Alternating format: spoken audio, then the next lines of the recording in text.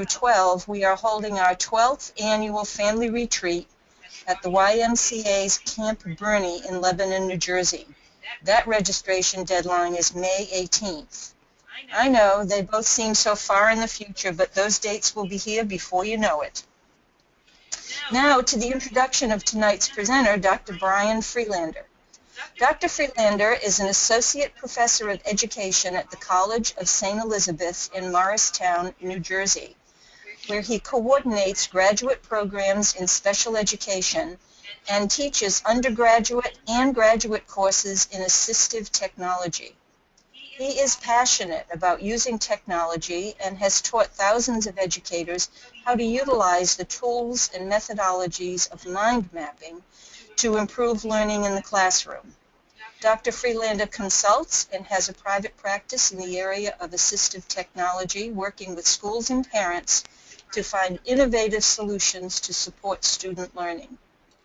He is the author of a number of assistive technology guides, including these two favorites, Chromebooks in the Classroom, Changing the Landscape of Education, and Assistive Technology, What Every Educator Needs to Know. Dr. Friedlander will be releasing a new book this spring on using Chromebooks in the classroom. All of these publications are available from National Professional Resources, Inc. Dr. Friedlander, welcome. We are delighted to have you join our webinar series. And now, without further introduction, I'll turn tonight's program over to you. Thank you, Kelly and Marty. It's great to be here. So today I'd like to talk about a six-pronged approach to support struggling learners in the classroom. If you look at the URL at the bottom, the bit.ly NJECC 2016, you can view this at a later date. This will be archived, and Marty, I can give you this address later. We could put that on the website as well. So just a kind of little context, we have about 5.7 million students who are receiving who have special education needs under IDEA, and about 2.3 million of these, almost 40%, have a specific learning disability. And so that is probably one of the largest groups of students that we service in the schools. And then also, if we're looking at Tourette's, we know that there's a high comorbidity with learning disabilities. And so tonight I'm going to focus on some tools that can be used both at home and in the classroom that take advantage of some of the new technologies that schools are using. So a couple of the trends that we're seeing is, and I'm sure many of you are experiencing this yourself, in terms of a paradigm shift to the cloud, where both applications and documents are stored in the cloud, which makes them much easier for people to collaborate and share. One of the most exciting parts of the going to the cloud is that applications can be run inside a Chrome browser, and those are then available to the student at home when they log in with their credentials, which is very exciting. So if a student has in their IEP that they need word prediction, it can be installed in the Chrome browser, and then when they go home, there's nothing really to install. They open up the Chrome browser and their tools come to them. And so all these tools are very extensible through the Google Chrome store, which again is very exciting. Years past, districts would have to, actually install these applications on the student's Mac or Windows-based computer. But now, with the use of Chromebooks and laptops, it's really exciting for students to have access to the tools, wherever they are. And while I've been doing this for about 30 years, and it's come a long way since I started in the field of special education and assistive technologies. And what got me excited about being in this field is just how powerful these tools are. And I'm often reminded about just how important these tools are when I receive emails and letters from parents thanking me for the work that I do by providing insight into how students can learn better. And I recently worked with a a sixth grader, and on the left-hand side, I received this email from the parent saying, I have to show you this poem that Jenny wrote using the apps. I cannot believe it. Last year she would have been totally overwhelmed at having to write this. She's always had the imagery in her head. She's just needed to find a way to get it out. Thank you so much. And so on the right-hand side, you see, it's hard to see exactly what you wrote, but it is a poem. In this case, we were using text-to-speech and word prediction. And a couple of things are really important when I think about or talk about assistive technology. These are all basically accommodations or bridges to help students maximize their talents, their intelligence. And the other part too is that, the big part about assistive technology, which is exciting for me, is that it allows students to do things independently, and it also reduces frustration so that students can really show you what they're capable of learning. Tonight, I'm gonna focus more on the Chrome platform, but all these tools are available on other platforms as well. The schools right now are purchasing lots of Chromebooks, but on the other side of the equation is we still have schools that have really bought into using the iPad, or you have schools that are more Windows-based, using now Windows 10, which is the latest operating system, and using tablets. The Surface tablet is a great tool for certain students, and then also Android. Tablets are another popular platform. I'm going to focus more today on using the Chrome browser to bring applications to students, but I just want you to know that all these applications that I'm showing you and more are available on other platforms as well. So in thinking about today's webinar, what I wanted to do is kind of share with you some tools that I consistently use and which make an impact on students who struggle. So these 6 tools are voice typing, which I will demonstrate all of these during the webinar, using graphic organizers, which are very effective for writing, for brainstorming, using word prediction for students that may have difficulty with grammar or spelling, and we'll talk a little bit about note-taking and some new tools that use audio to help to record the notes so that students can listen back to them. And then we'll talk about just how important text-to-speech is, whether it be reading the web or reading books. And then we'll talk about accessible books that are available in a digital format and some services and agencies that can provide that. The first tool that I want to talk about that has really been a game changer for a lot of students who have difficulty with spelling and handwriting is voice typing. And believe it or not, it was just introduced about 2 months ago by Google, and it's embedded in Google Docs. One of the most exciting parts of this is that no training is necessary, and which I will show you in a little bit. So I'm going to just pop out of this right now, and I'm going to go into a Google Doc. And so this is Google. This is a Google Doc, and a lot of schools are moving to it. I'm going to go to my tools, voice typing.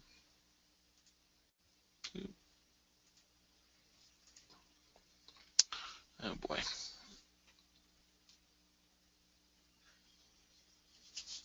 Oop. Let me just here.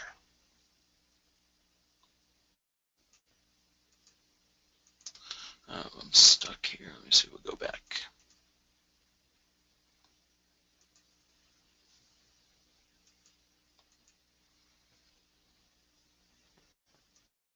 Okay. Let's see. So I selected voice typing, and it says, let's see, I'm going to open up another, let me just open up another document. Not to worry, Dr. Friedlander. We know that computers never Yeah, work the way you want them to. I know. Especially once you're doing a webinar, it's taxing the. Let's see what happens here. There we go. Okay, so it's coming in. We'll try this again. And I was actually in a school today working with a third grade student, and even though he did have difficulties with articulation, this did work, not perfectly, but it's certainly something to look at since it's built in and doesn't require any additional hardware. And in many cases, students who are using Chromebooks, they have the microphone built in. So all you need for this is Google Docs. I'm going to make this a little bigger. And I'm going to go to Tools, Voice Typing, and then I get my little microphone here. I'm just going to click. This is an example of voice typing that's built right into Google Docs, period. You can see you can speak pretty quickly, and it really keeps up with you. This has been a tremendous tool for many students that I work with that are dysgraphic or have difficulty spelling, period. So that's all there is to it. You can see, I'll just make this a little bit bigger so some of you can see that. So it did get the word dysgraphic wrong, but still pretty good, as you can see. So this is a great, absolutely great tool to consider for students that have difficulty with spelling or difficulty with handwriting. And it's a great return on your investment because there's no training necessary.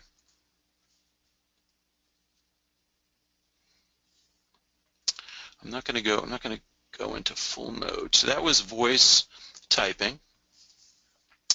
And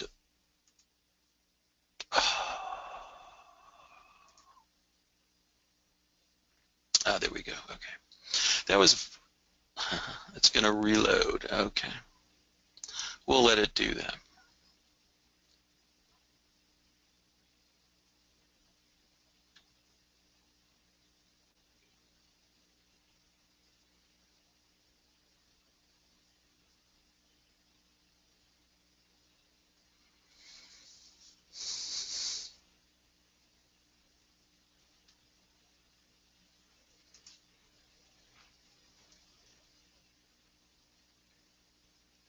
The next tool we're going to get to would be graphic organizers, which are a tremendous tool, especially for students that have difficulty for writing.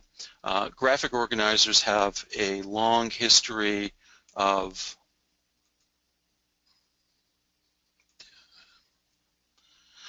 Graphic organizers have a long history of being used in education, not only for writing, but also for concept development. And these are just a few of my favorite graphic organizers or mind maps. And I'm going to show you some of my favorites. The first one is Webspiration Classroom, and many teachers are familiar with Inspiration, and this is an outlining tool as well as one that can be used for graphic organizers. I'm just going to open up a blank one. And for those of you that have used Inspiration, you'll see the similarity. It's very, very similar. This is web-based, so if I wanted to brainstorm about AT, I can come up here, I can use rapid fire, and I could start getting my ideas out. So I have reading, and all I'm doing is I'm typing and hitting the enter key.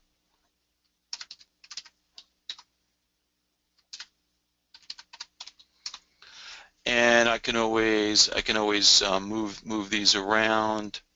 The nice part about this, if a student was using this for writing, is the ability to add notes. So these are basically like sticky notes. So I could say like text to speech is an important tool for reading. So these are notes, so students can take notes. They also these are also graphic organizers. So if I wanted to, let's say I wanted to add an additional idea to that and say we're going to use the computer for reading, I can add additional ideas, and then I can also add graphics or pictures. One of the exciting parts about this is that oftentimes students who struggle with their writing, they enjoy working, this is called the diagram view, but basically with a click of the mouse I can click on the this tool over here, and you'll see that it takes it into a traditional outline. And one of the nice things about the outlining mode is that as I can always move things around. So this is great for students that may have difficulty with sequencing ideas. This kind of lets them sequence their ideas much more easily. When I'm done, what I can do with this, which is great, is that I can transfer this to Google Docs. So this becomes a Google document that then students can go in and edit, which is really quite nice, and that's pretty exciting. Some other tools that you just sign in this is MindOmo, and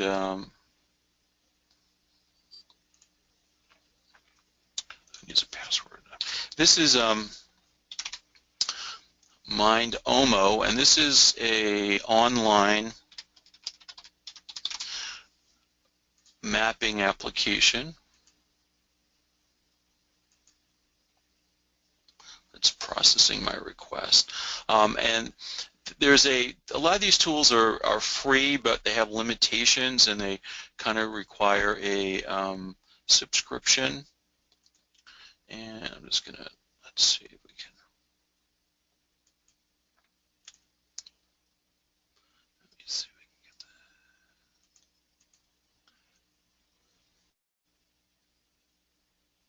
that. Let's see if it'll take me out there.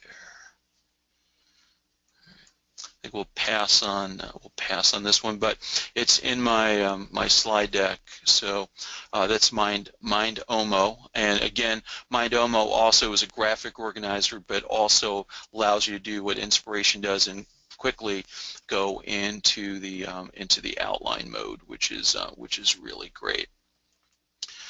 The next tool that we're going to take a look at is word prediction, and I'm going to show you Co-Writer Universal, and it adds very sophisticated word prediction, text-to-speech, and topic dictionaries. So if your child or student spells very phonetically, this is really a fantastic tool. I'm just going to go back into my Google Docs. I'm going to close this, and if in my Chrome browser I'm going to click on Co-Writer, and hopefully in a second or two it should come on the screen. This is up here, these are Chrome extensions, and so I'm going to be using the Co-Writer Chrome extension, and just going out to authenticate my copy. And again, as I was sharing with you, if your child or student is using this in the classroom, when they log in and into the Chrome browser at home, they will gain access to this tool as well. Let's see, hopefully it should come on the screen.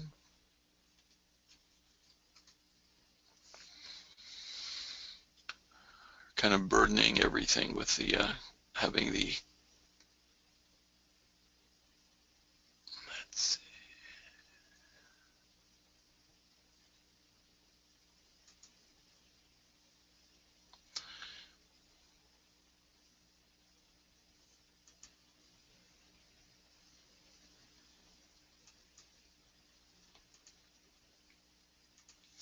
So let's go. Okay, so this little window over here is the co-writer window. And as I shared with you, what's exciting, let me just check to see that, I'm going to just change, make sure this, the options are correct. We got 5, yep, that's good. Back here. So if I said, yesterday we went to the zoo, you can see this with the go-to, it's not working that well here, huh?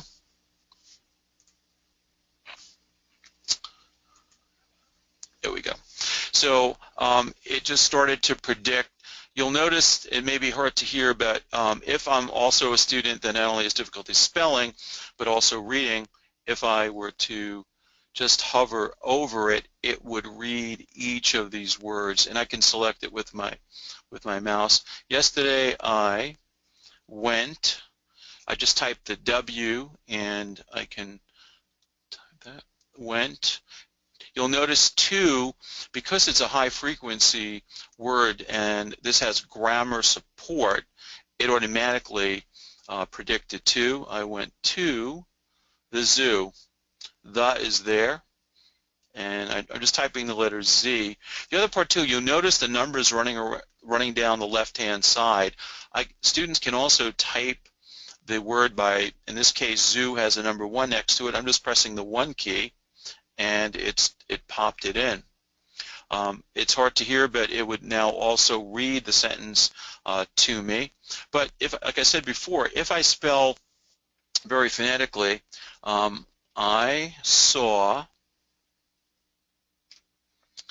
and now a lot of kids who struggle with spelling elephant, they may spell it L-E-F-A-N,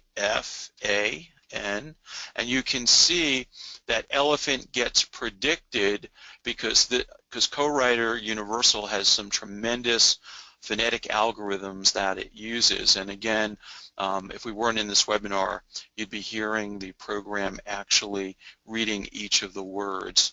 So I saw an elephant and a giraffe. A lot of kids may spell giraffe just like this with a J, and you can see that giraffe is predicted. And like I said before, if we weren't in this webinar, you would be hearing the program reading the text after the sentence. I just want to show you one more concept, which is pretty exciting when I work with this program, is the concept of topic dictionary. So this is behind the scenes. This lets me customize the experience. So over here we have topic dictionaries, and these would be specialized words that we can load into Co-Writer so that those specialized words come to the top of the list. So for example, we see Halloween. So if I turn that on and I go back here and I start writing about let's give it a second. You can see I typed G and ghost, and ghost came up because I turned that topic dictionary on. So the ghosts and goblins, let's see what happens if you can see I typed GB and goblins came up. So if your students or children are writing about a particular topic, we can actually have Co-Writing Universal create the topic dictionary automatically for you, and then all those specialized words will be predicted very quickly.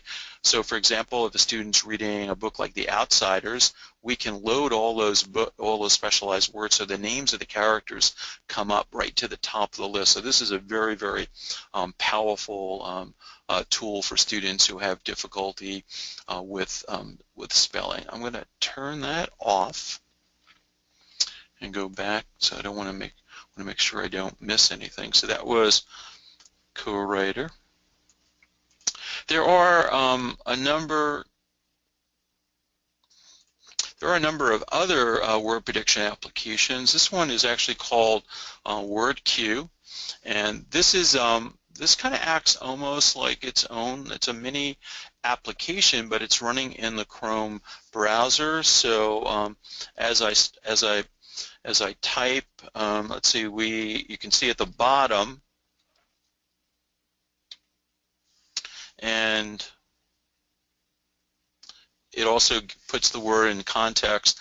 Again, the text-to-speech in this webinar and is not working the way it should, but I can see we went to the zoo, and again, if I do that, so this is WordQ. It's a very simple, easy to use interface for students, and also provides text-to-speech support as well as word prediction.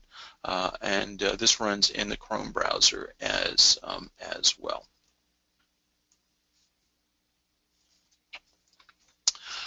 The next,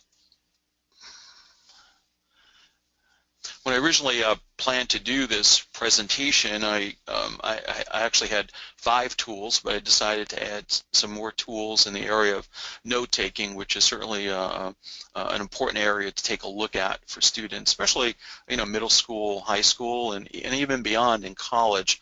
One of the tools that I use with students, and I personally use on a daily basis, is the LiveScribe Smart Pen. And you can see in this picture here is the pen. The pen is unique in that it is a traditional pen, but it also has a digital tape recorder. And what it's able to do is synchronize what has been written with what was said at that time, which is really really exciting. This allows students to focus in on the instruction that's taking place in the classroom, so they can really listen to the teacher.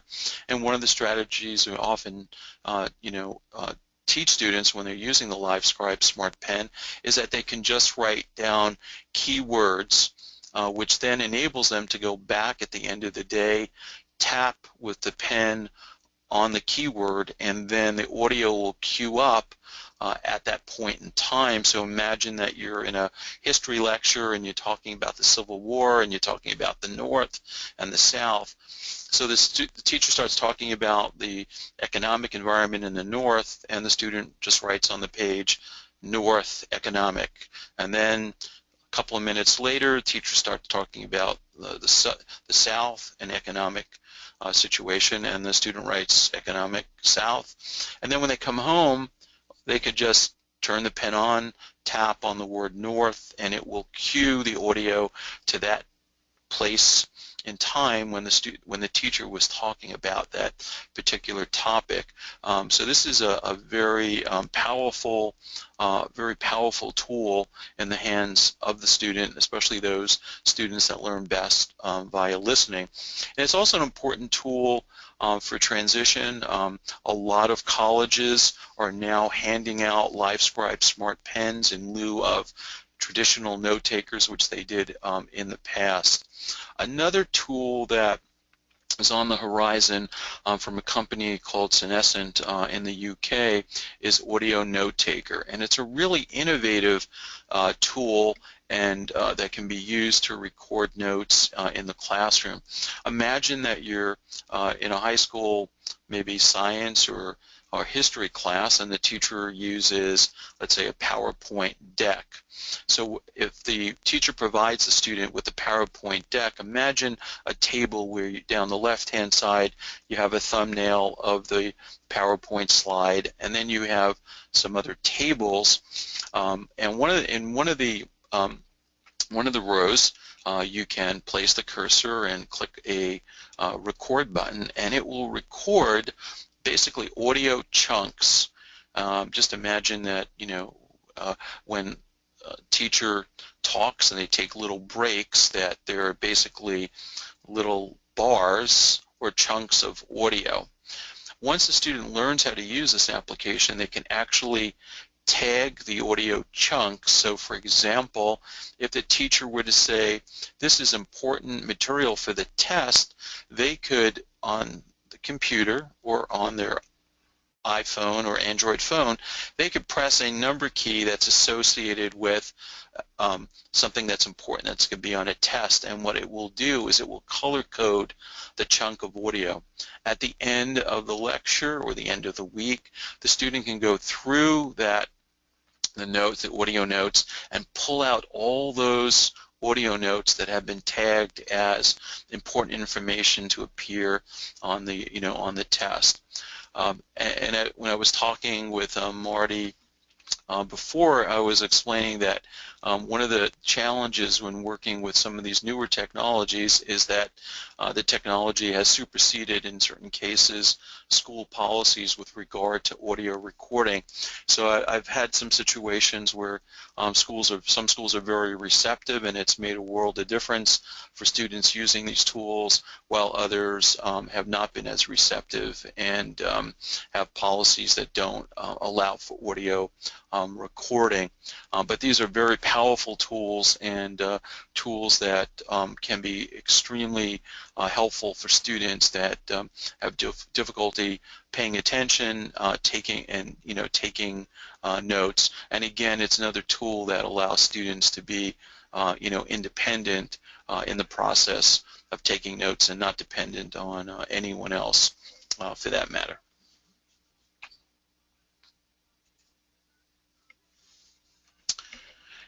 As we move to text to speech, I want to show you this is it's an application called Read and Write for Google, and it has a lot of tools, but one of the exciting tools is the text to speech, but it also includes speech recognition, word prediction, study skills, vocabulary development, and also simplification. So I'm going to go to my document.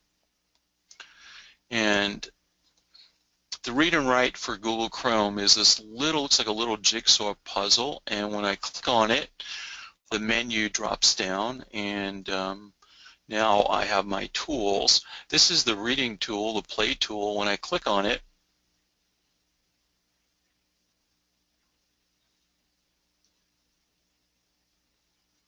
it should read it.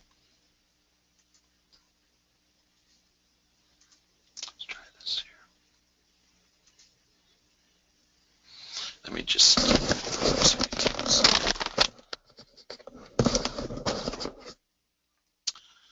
I'm going to try something, so give me 1 second.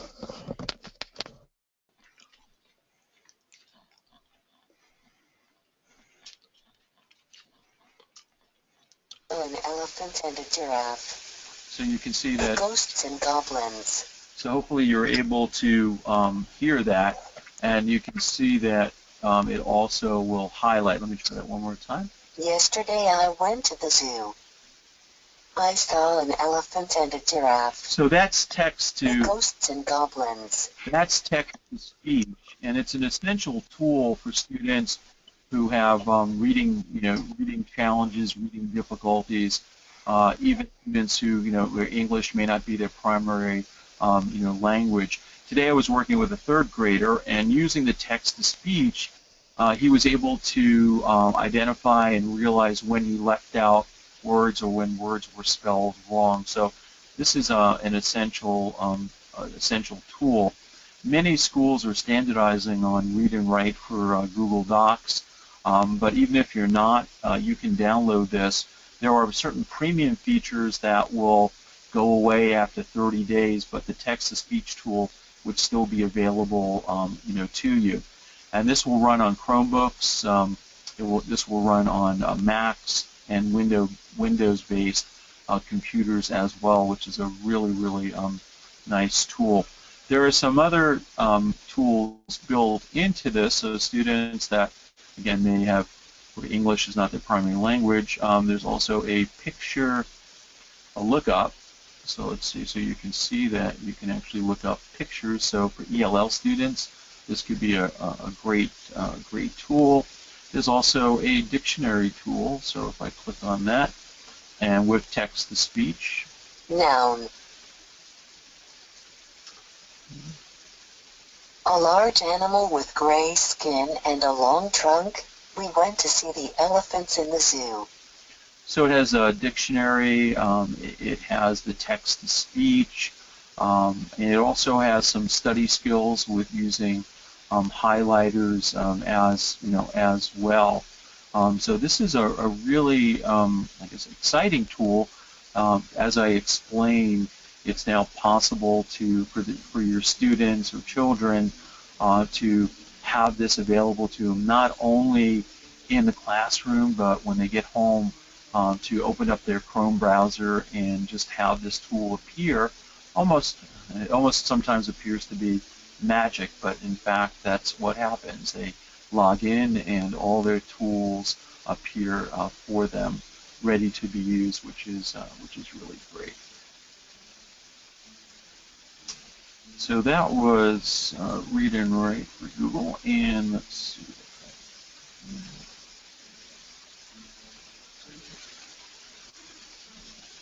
So I wanted to show you another reading tool.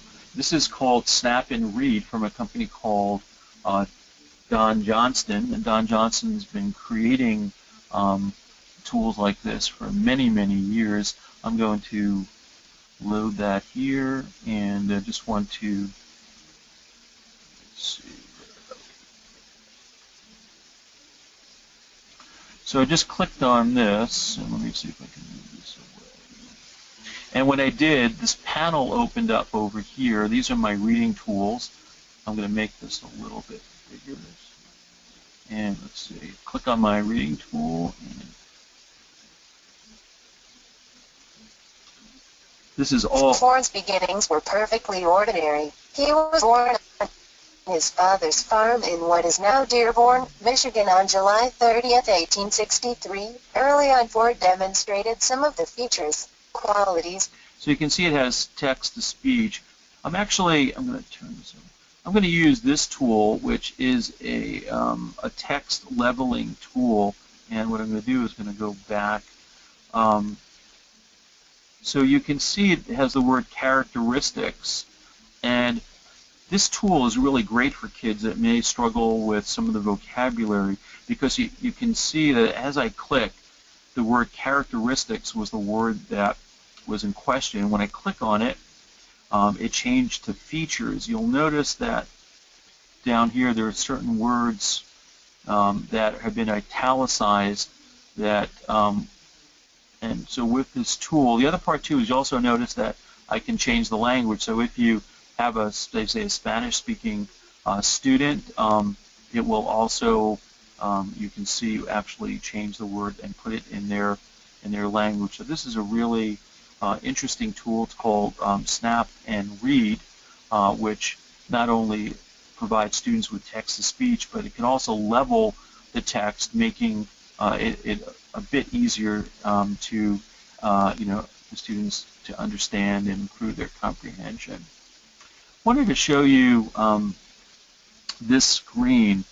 A lot of times school districts may even have subscriptions to certain online services, and while many of us often associate something that's digital or online with being accessible, that's not always the case. So, and this is a website that's coming off the internet, and it may look like this is accessible, but you'll notice that as I move my mouse, I can't highlight any of the text. And so this is really inaccessible text. And I was working in a school district with a 5th grader, and the school district was using a math website. And this was a student that had a reading disability. And so when he was asked to do, problems or read the website, he couldn't do it. He could do the calculations. He couldn't read the word problems or the word stories that were presented. So using a tool like Snap and Read, what I'm going to do is I'm going to click on this tool here, and for the purpose of demonstration, I'm just going to select these 3 sentences, and hopefully in a second or two it should start reading.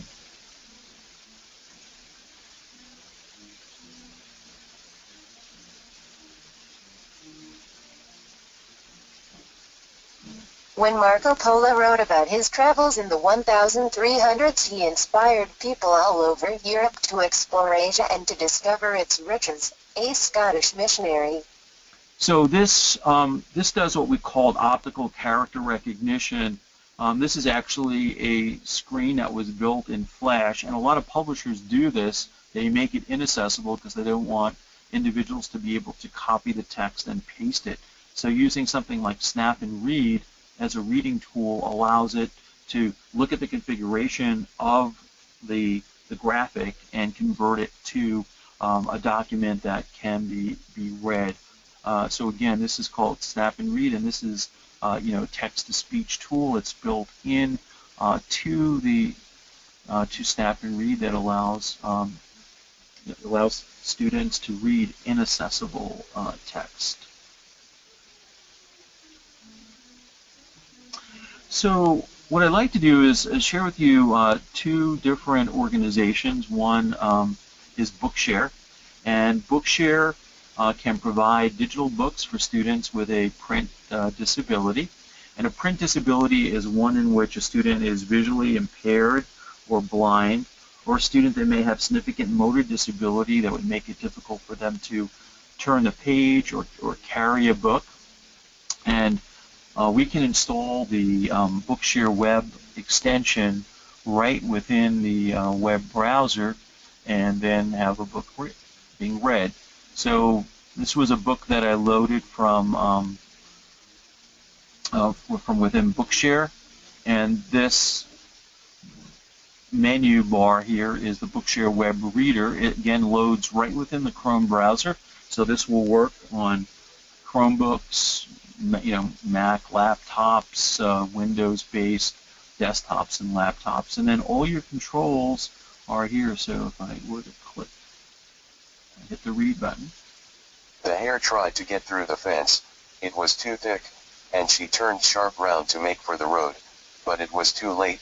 The dogs were upon her with their wild cries. We heard one shriek, and that was the end of her.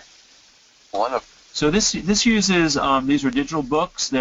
It's a free service, and all you need is a Chrome browser and this extension. The one thing that's really important is that you would need to speak to case manager. Someone in the school or even your physician or psychologist needs to fill out a one-page form certifying that your child has a print disability. Once you have that in hand, you're given a username and a password, and then you can access all the books that you might need. And these are textbooks, novels, newspapers, and this is a service that is available for free.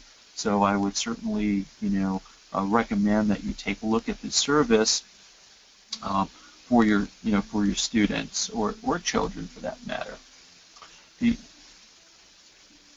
So that uses text to speech. The other agency that provides accessible books or Learning Ally, they're located in New Jersey, but these are human narrated books, and they also just recently came out with an app that can read the books, and I'm just going to put that on the screen. So this is a Chrome application. I'm going to make the text. See if I can make the text a little bigger. Brian Robeson stared out the window of the small plane, at the endless green northern wilderness below. It was a small plane, a Cessna 406, a bush plane, and the engine was so loud, so roaring and consuming and loud, that it ruined any chance for conversation. So this, if you're able to hear this, you notice that it highlighted the unit, not every single word, but the audio track here is human narration. You do have some controls to change how fast or slow it's being read, but a lot of students really enjoy listening to these books because they are read by a person. This will also, you can get this app for both Mac, Windows, Chromebook, and a lot of high school and college students that I work with that are using the service will use their Android or their iPhone and listen to their books on their smartphone, which is their assistive technology. So this is Learning Ally. You also need to meet the requirements for a print disability, and it's the same 3 areas, but once you do have that certification, you can gain access to Learning Ally. Learning Ally, there is a small membership fee, but a lot of school districts do pay for the service, and then it's administered to the students that have 504 or IEP. So that's Learning Ally app. It's a great little application.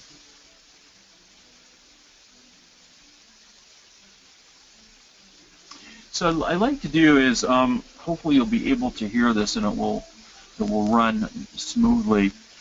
This is right now he's a college student. He's a sophomore at Cornell. I worked with Brian when he was in high school, and Brian has an incredible story to tell. He was dyslexic, and he always knew that he was capable, a very capable learner, but reading and writing got in the way. In high school, through Learning Ally, his parents contacted me, and I worked with him on and off during high school, introducing him to audio books and LiveScribe pen technology, and he's really flourished. So it's really exciting to listen to his story and the story of many students like Brian who've been able to take advantage of the assistive technology. So let's give it a shot and see how it goes.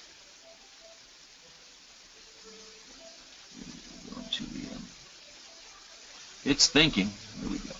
The first things that I can remember really struggling with the spelling test and being in like the lowest reading group, we'd have 10 pages of reading assigned.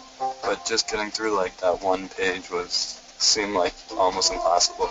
Plus then you get to the end of the page and start the next page and then forget what was on the first page because I was having to put so much mental energy into just getting through each word. He would ask questions incessantly, and well before he started school, if I would bring the newspaper in the morning and start to read it, he would want to find out what the articles were about. I was really lucky because my parents were extremely supportive throughout the whole thing, so they really understood and helped me through it and tried to work with the school to get them to provide me with the appropriate accommodations. And it was just me and the teacher. I guess I had told her that I'd found some technology that could help me read. So she told me to go home, read this book without any technology. So I said, okay, I'll try it. And my grandparents were over that weekend, so they read me the chapters of the book that I was supposed to read. So I wasn't using technology. But anyways, and I figured out I really liked the book when my grandpa was reading it. I could understand what was in it. So Brian is tremendously resilient. He rolls with the punches. I think he's very comfortable in his own skin, and he really knows what his strengths are, and he knows what his weaknesses are, and I don't think he feels apologetic about his weaknesses, nor does he feel entitled or superior because of his strengths. Learning how to help me meet Dr. Friedlander, and he really got me started with all the assistive technology. When I first met Brian, I was really taken by just how motivated he was to learning how to use his technology so that he could be as independent as possible during his high school career. I listened to pretty much 100% of anything I need to read one way or another. I'm passionate about technology because I saw how many doors it opened for me and other people that I knew, like my cousins who are blind, and that was really exciting. My backpack's kind of like a technology warehouse. Every day I bring around my laptop, my iPad, my iPhone, like 2 pairs of headphones and LiveScribe pen. In many of the students that I work with, where their intellect is kind of fused with their dyslexia, this really put a whole new light on what he was capable of doing once the reading piece was open to him using the tools that Learning Ally did provide. Having a disability, I saw how policies and procedures really impact somebody's life. I'm studying industrial and labor relations at Cornell. I'm interested in disability movements, maybe disability rights or disability law. People with print disabilities really deserve and have the right to access books and printed material just as easily as anybody else.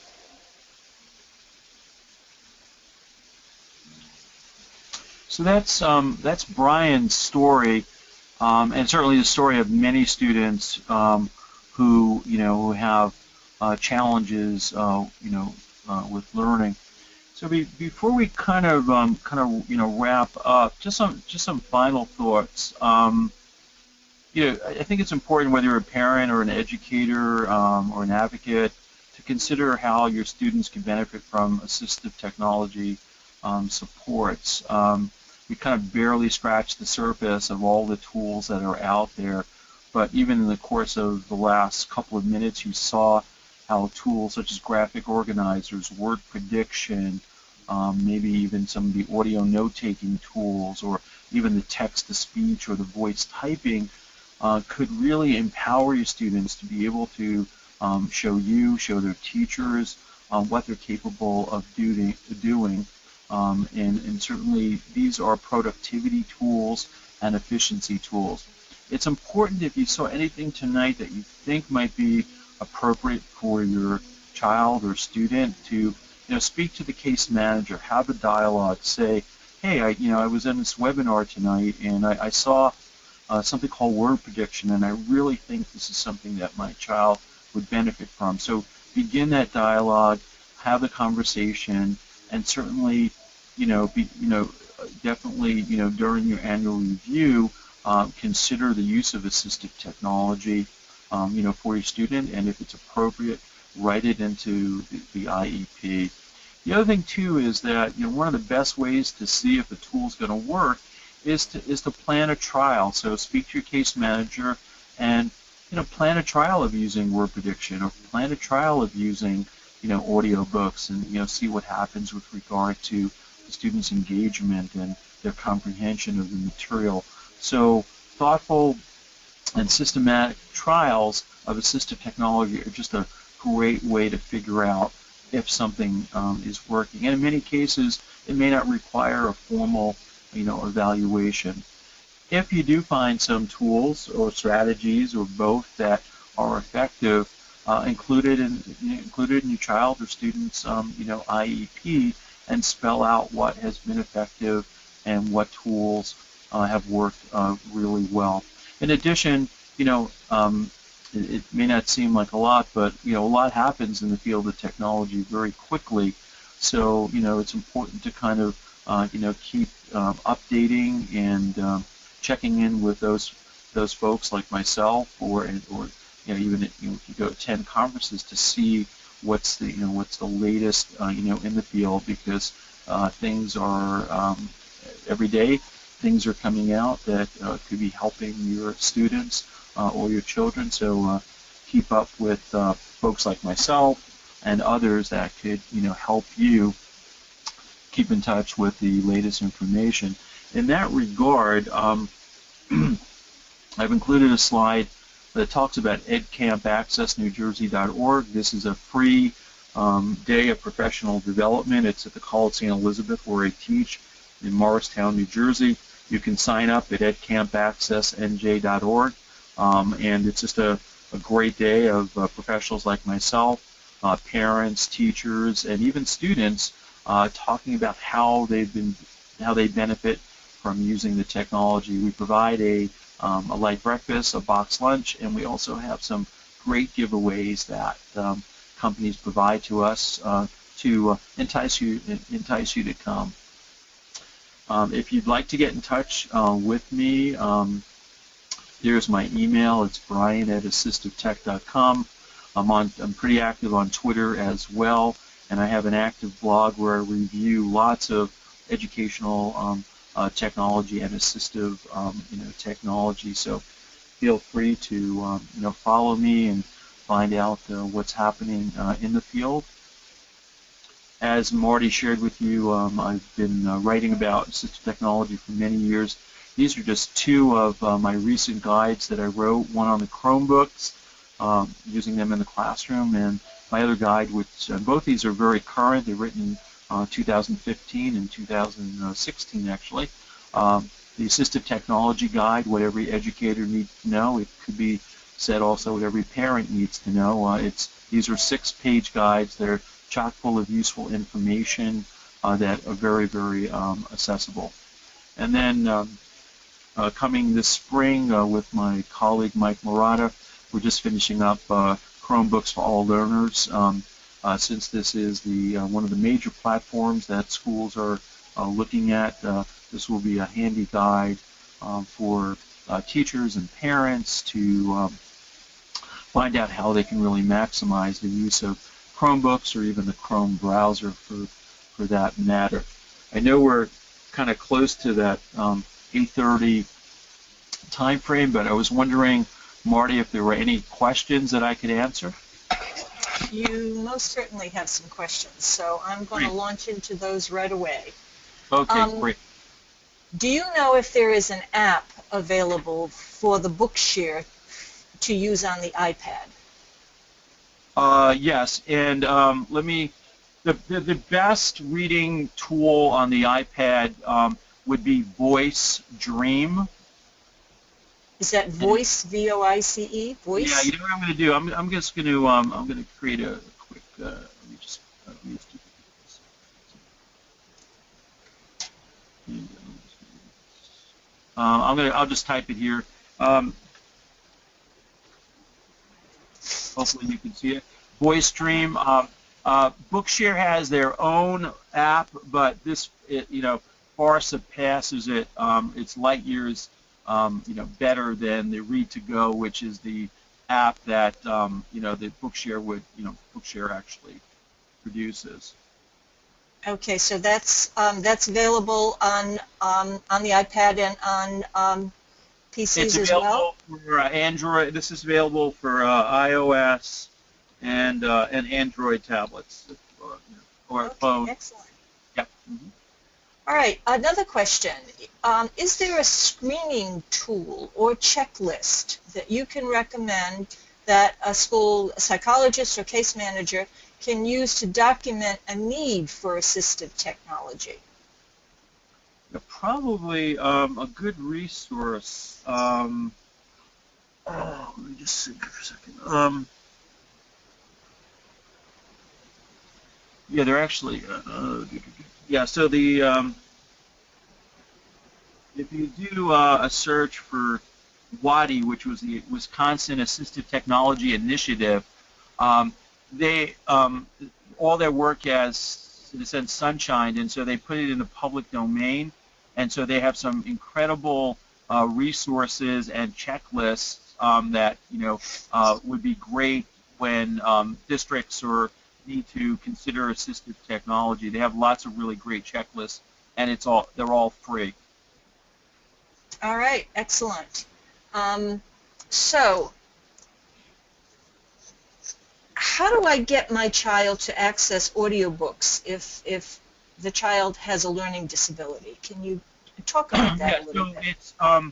It would be really important, as I said before, for the parent to have a discussion with the case manager, and then all they would need to do, as long as they have a print disability, that the case manager can basically complete the form. It's a one-page form that gets processed and sent to either Bookshare or Learning Ally. Once that's done, Bookshare or Learning Ally will provide the school district with a username and password, and then the student can access the books. But again, both services are only for students with print disabilities. So if you don't have reading disability or not visually impaired or a motor disability, you would not be eligible, even though you could be struggling with reading. So that's important to know. And that's not something you can buy on your own then? No, then you're looking at, if you don't meet that threshold for a print disability, then you might be looking at something like audible.com, which is basically you'd be paying for access to, in many cases, popular books or novels or things of that sort. But you'd be hard pressed to find textbooks in a digital format, in an audio format. All right, so all this that you've demonstrated tonight is all well and good. It's great, in fact. But what does a young student face if they this is really difficult for a student to move forward when they don't have all of these tools to work with?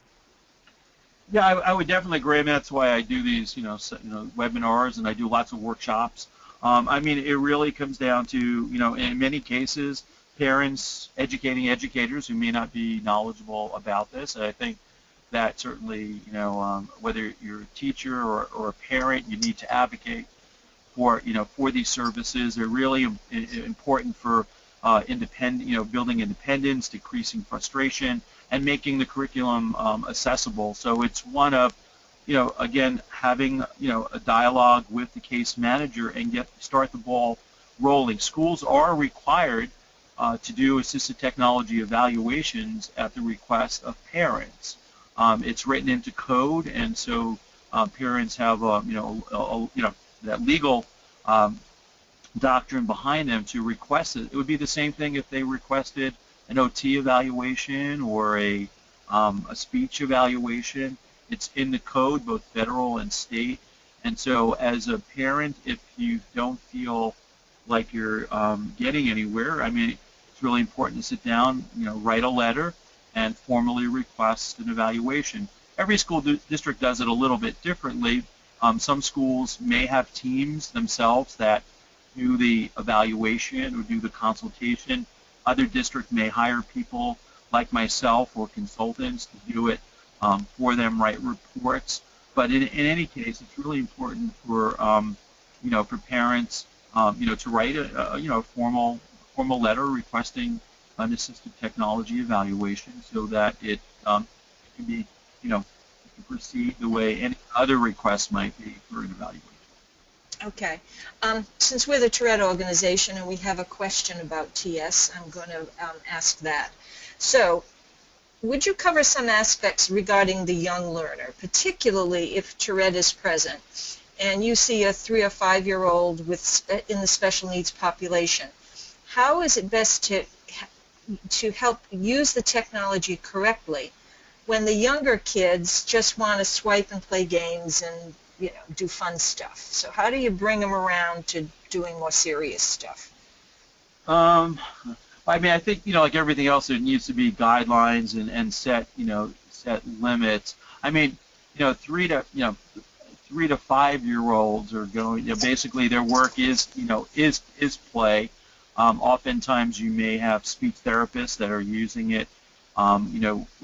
Especially things like the iPad are ideal because there's lots of game-like tools for, let's say, working on speech. Occupational therapists will often use it for working on handwriting as well.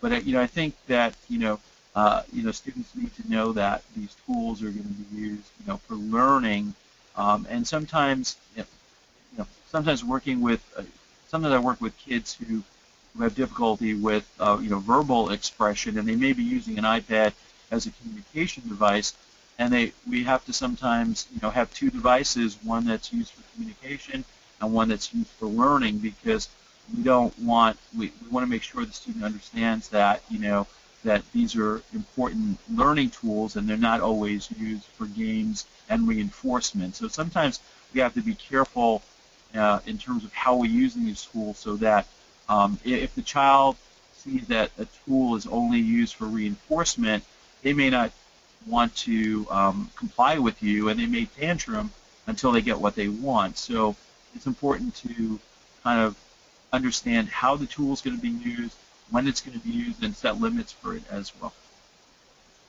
Okay. I know we've gone a little long. I'm going to ask one more question because Sure. I think it's really an important one. This particular question is about using word prediction. So Okay. the parent is hesitant about using word prediction because they're afraid the child will not learn how to spell correctly. So would you talk a little bit about that? Sure. I often run up against that particular question, and others too, in terms of even the reading technologies. I think that parents need to look at these as efficiency and productivity tools, which will enable their child to write that paragraph like everyone else, and because these are not instructional tools. But a couple of things. One is it will, as I said before, using word prediction will allow the student to do this independently. It will reduce frustration, and it will allow the student to show both parents and teachers what they're capable of doing. The other part too, there is some research that shows that the more students see words spelled correctly, it actually enables them and reinforces how to spell words correctly. But foremost, word prediction is really an efficiency tool, and it's not meant to undermine any instruction. The instruction should continue, with that special ed teacher. All right, so that leads me to one more question. Yes. Everything the kids do today on texting and everything, nobody spells anything out. It's all abbreviations. Does that style of writing make a difference or make it harder for kids to learn to spell? I'm not sure about that. I think that when students are in school, I mean, teachers are going to set limits, and I've heard teachers say, when you're in your English class, we're not texting, and that's not acceptable. But I think it's important for schools, and they do, to work on vocabulary and spelling, which are an essential skill. But we're still not going to, teenagers and adults continue to, use, texting and shortcuts and abbreviations, but need to understand that there's a time and a place and a context when that's acceptable, and when you're writing, an academic paper, it's just not acceptable. Mm-hmm. All right, well, I think we'll end it here. Thank you very much. I'm going to turn the program over to Kelly for some wrap-up. Great. Thank you for joining us on our webinar on assistive technologies. There is an exit survey which we need everyone attending to fill out. The webinar blog is open now and available for the next 7 days on the NJCTS website for any additional questions that were not covered in tonight's presentation. That website is www.njcts.org.